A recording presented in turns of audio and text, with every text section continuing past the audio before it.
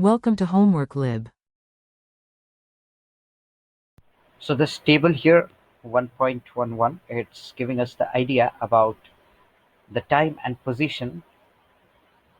So we need to talk all about what we understand related to the motion of the object. So it can be observed that initially, that means when the time is 0, the object is at the position marked as -200.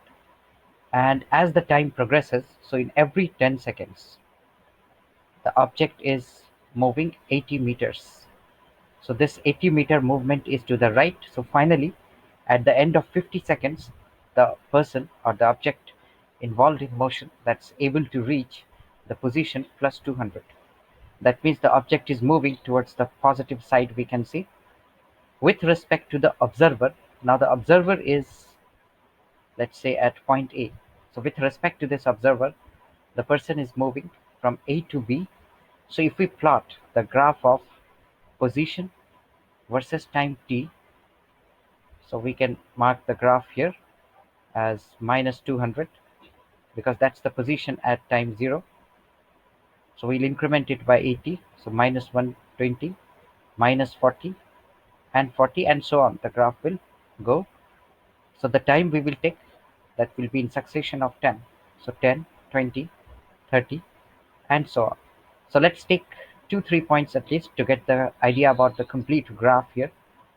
So 0 -200, this will be, this is the point 0, 0, this is 0 -200, and then 10 -120, and then 20, and then -40, and then 30, and then 40. So from here we conclude that the graph is going to be that of the straight line.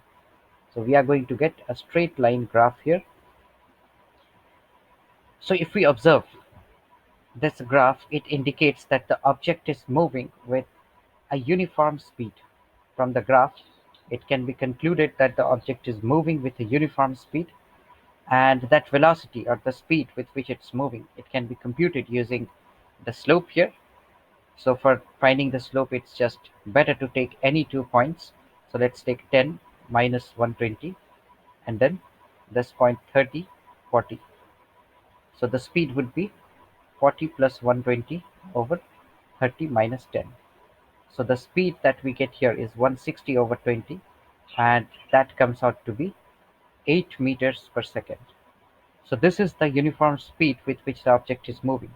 And if we want to get the function here, let's take this point tx, because at random time t, the position will be x. So we find the equation of this graph here. So x minus 40 over t minus 30, because that's the slope, and the slope is also equal to the velocity which we found out using the slope. So let's simplify here. We get x minus 40 equals to 8t minus 240, and that gives us x as 8t minus 200. So this is the relation of x versus t.